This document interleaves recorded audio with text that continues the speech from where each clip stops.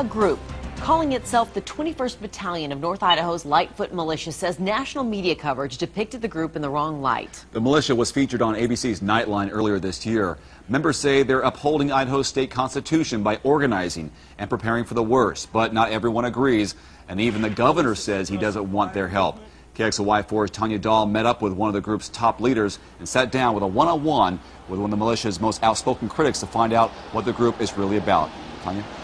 Well, the 21st Lightfoot Militia will tell you it's less about shooting guns and more about helping the community. But one critic claims the militia is a paramilitary group, learning military tactics that seem a little extreme for a citizens' militia. Dressed in camo gear, shooting automatic weapons at bales of hay, this ABC Nightline footage shows a recent training day in Boundary County for the 21st Battalion of North Idaho's Lightfoot Militia. The actual gunplay, as they tend to think of it as, is maybe 10% of what we do. I mean, most people already know how to shoot the guns they own. Members like Willard, who didn't want to use his full name, say the militia is less about guns and more about helping the community. We have people who are experienced carpenters, roofers, landscapers, heavy equipment operators, and we donate these services to the elderly who need them. The EMT firefighter joined the militia 5 months ago and teaches members basic first aid. Willard maintains being a part of the battalion is his patriotic duty. Nobody hopes for bad times, but it's our constitutional duty, we feel, that we have to be ready just in case. The group calls itself a constitutional militia and was founded by Major Jeff Stankovich a year ago. The unemployed welder said he doesn't support health care reform or gay marriage. The states were supposed to be different, so that way I could live in a state that believes and live around people that believe the same sort of things that I believe for the most part, and liberals if they wanted to live in another state all around people who believe what they believe. Willard is Stankovich's right-hand man. He says the 21st Lightfoot Militia isn't anti-government and doesn't want to be mixed up with the Hitari military of Michigan. 9 Hitari members were arrested in March, accused of trying to launch a war against the United States. Their goals, I think, are misguided. Too many of them. And I'm sure I'll probably hear about this because they'll come back and go, well, you don't know what you're talking about. Visit the 21st Lightfoot's website and you'll find a 69-page standards manual, complete with a code of conduct, a rank outline, a uniform guide, an evacuation chapter, and information on guerrilla warfare.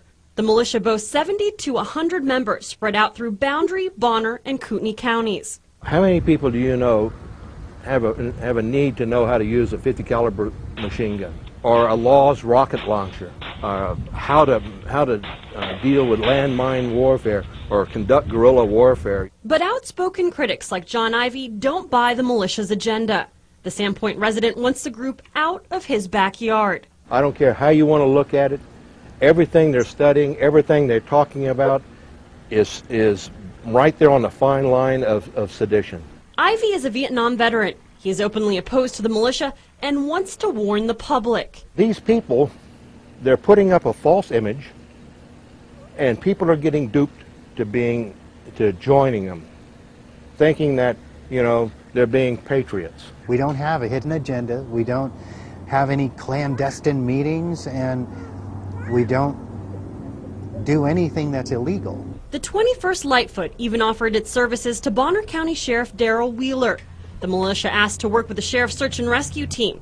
But despite the group's website claiming Sheriff Wheeler gave his blessing, Wheeler says calling on the militia is not an option. We were not going to call someone out to assist us if we don't know what the level of their training is, and I think it wouldn't be prudent on my part to call just anybody out without meeting that criteria. Militia members aren't required to undergo a background check. As KXLY4 uncovered, Stankovich has a criminal record that includes aggravated battery with a deadly weapon and multiple traffic infractions. They think they're going to be called up? No way. It's never going to happen. The governor has disavowed them. In fact, Ivey went as far as writing a letter to Governor Butch Otter about the group, which brought this response. Quote, "I do not in any way endorse either of these militia groups. They have no affiliation with me, the state of Idaho, the Idaho National Guard, or the armed services of the United States.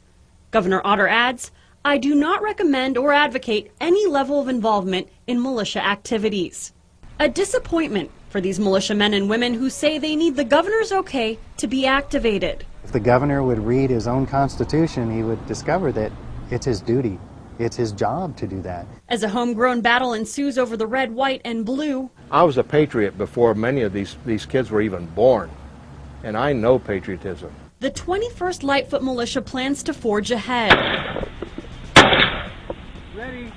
After all, members will tell you, you can never be too prepared. In an emergency, when the National Guard is completely tapped out and you've got nobody else, you're going to try and call somebody. Go, go, go! And there are militia groups like the 21st Lightfoot all across the country, hundreds in fact. The Southern Poverty Law Center, a human rights watchdog group, identified 512 Patriot groups in 2009, 11 in Washington and 11 right here in Idaho. Reporting live, Tanya Dahl, KXLY4, HD News.